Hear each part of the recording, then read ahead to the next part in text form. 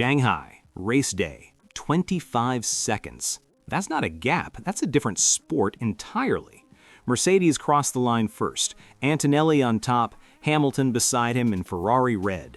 The crowd roared, the cameras rolled, everyone celebrated. But underneath those celebrations, something was quietly breaking apart. Because while Mercedes were spraying champagne, McLaren weren't even on the grid. 2 cars, same engine, 0 laps completed. And the FIA had already begun asking questions that nobody in the Mercedes garage wanted to answer. So here's what you need to ask yourself. Did Mercedes simply build a better car, or did they find something inside the 2026 regulations that nobody else was supposed to find? And if Lewis Hamilton, the man who spent 12 years winning championships for them, is the one making that accusation publicly, how deep does this actually go? The story doesn't start in Shanghai. It starts in Melbourne. George Russell crosses the line nearly a full second ahead of Lando Norris, plus 51.741 seconds. On paper, a clean Mercedes victory. But here's the detail that changed everything. Norris was running the exact same Mercedes power unit, same engine, same hardware, different universe of performance. McLaren team principal Andrea Stella didn't stay quiet. He revealed that his team had been requesting critical operational information from Mercedes HPP, the powertrain division in Brixworth, for weeks before the season even started. Weeks. The requests went unanswered, so McLaren rolled onto the grid in Australia, discovering in real time what their own package was actually capable of. No foundation, no guidance, flying blind. But that was just the start, because the FIA sporting regulations are explicit on this point. Appendix 4.5, backed by a 2018 technical directive, states that power units supplied by one manufacturer must be identical in all respects and capable of being operated in precisely the same way. If customer teams aren't given the information to operate their engine identically, the manufacturer is in breach. Multiple teams filed technical queries before Shanghai even began. And this is where the story gets dark. When the paddock arrived in China, the whispers had become something louder. Drivers speaking in coded language, engineers running telemetry comparisons in silence, teams like Ferrari, Red Bull, Honda, and Audi noticing patterns on the Shanghai back straight that didn't fit any known model of hybrid performance. An electrical impulse that wasn't just stronger, it lasted longer than the current system should physically allow, something that broke the logic of every rival engineer's simulation. The word started spreading through the paddock, not rumor, data. The comfortable explanation was simple.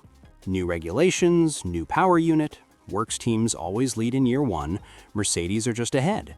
The customers will catch up. That's how it always works. Then, Lando Norris stood in front of the cameras in Shanghai, his car having never started the race, and said certain things they were having to figure out for themselves. That sentence landed differently given everything Stella had already said publicly.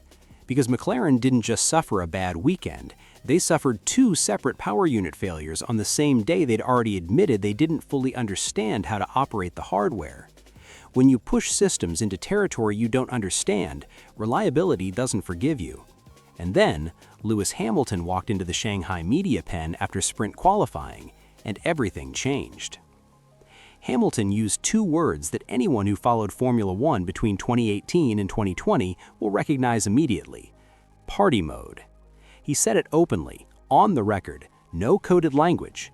He suggested Mercedes had found a version of that concept, a high-power qualifying setting that extracts maximum electrical deployment for a single lap, buried inside the 2026 regulations, a mode the FIA had already banned once before in a different form. Now feel the weight of that for a moment. This isn't a rival team's engineer whispering over dinner. This is a 7-time world champion, 12 years at Mercedes, 6 championships with that team. The person who knows exactly how they operate from the inside, going on record and telling the global media that his former employer is using a qualifying trick that echoes something already banned. Nicholas Tombazis, the FIA's head of single-seater technical matters, confirmed in Shanghai that the energy management regulations would be formally reviewed. The compression ratio loophole, Mercedes cylinder heads expanding from 16:1 cold to approximately 18:1 at operating temperature, had already been closed. A mandatory hot measurement test arriving June 1st estimated to cost Mercedes between 13 and 30 brake horsepower, 3 to 4 tenths per lap, gone. But the energy deployment rules, the super clipping limits, the deployment caps, those remain under active review.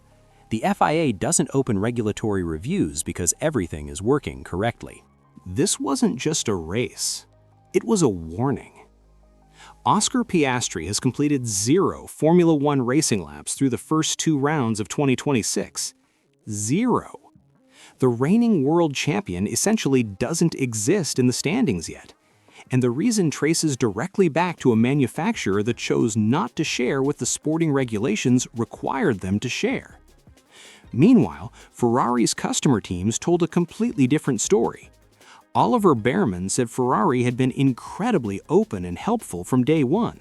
Full information on deployment strategy, energy management, everything. 2 manufacturers, 2 philosophies. The gap between them is now written in the race results. And now the paddock's biggest fear is becoming reality. Because if the FIA's review forces changes to the energy deployment rules before Miami, the competitive order reshuffles overnight. The performance catch-up mechanism built into the 2026 regulations assesses power unit deficits after race 6. Honda and Aston Martin are already watching that threshold, and every team that filed a technical query before Shanghai is now waiting for the governing body to act. Someone is going to lose something. The only question is how much. Scenario 1. The June changes land, the compression ratio test costs Mercedes what the engineers estimated, the energy deployment rules tighten, and suddenly McLaren's car, which was genuinely fast in 2025, becomes dangerous again. Piastri strings together 3 results in a row, the championship reopens, the season becomes what it was supposed to be. Scenario 2. The reviews take time, the changes arrive gradually, Antonelli wins the next 4 races, by Miami the points gap is already a mountain, the constructors' title conversation ends before the European summer begins, and the FIA's regulatory action becomes a footnote to a season already decided. Scenario 3. The FIA finds what the telemetry suggests. The investigation confirms the system.